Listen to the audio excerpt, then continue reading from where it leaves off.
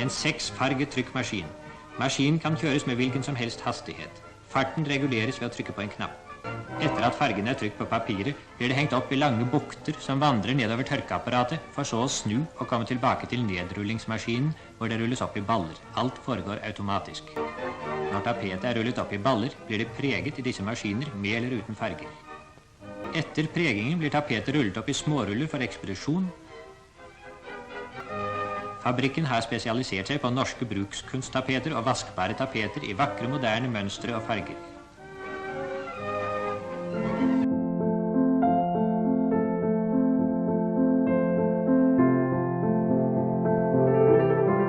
Når vi har vært gjennom den bunka nå, opp til 150 år gamle tapeter, så ser vi at fargebruken, den er høyaktuell i dag. Ja, det er kjempegøy. Tilbake igjen der hvor vi en gang var.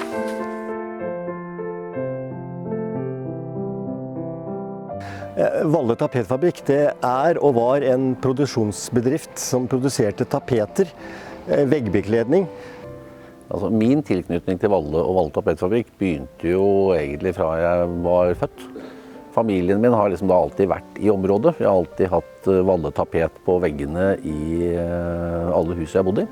Fant ut at dette var vel egentlig noe vi hadde lyst til å gjøre sammen. Og etter hvert så bøy muligheten seg. Han har jo tatt vare på alt det gamle, all historien.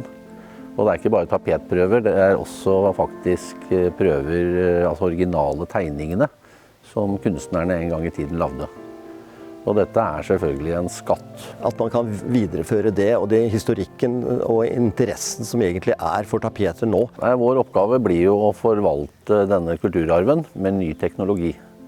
Og hvis de da klarer å gjenskape det som har historisk verdi, så vil man klare det med ny teknologi. Altså, nå har vi jo sittet og sett og gravd i tapeter som er opp til 150 år gamle i dette arkivet, og vi finner skatter på skatter. Helt fantastisk. Så ser vi at det er så mye aktuelle ting.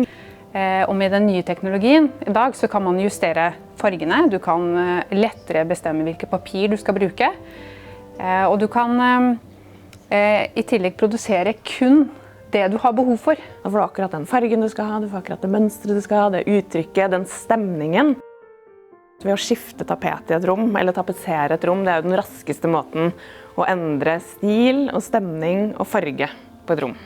Så jeg tenker at tapet har jo egentlig aldri vært mer aktuelt, fordi det er så store muligheter for å få det personlig.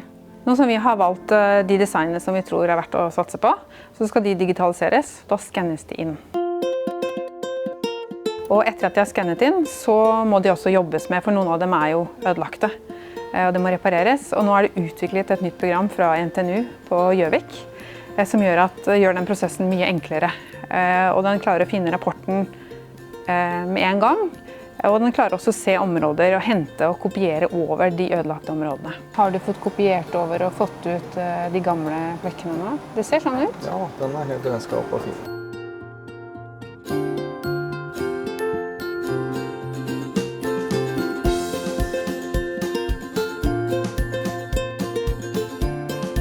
Det er først nå som egentlig teknologien passer til vår bruk.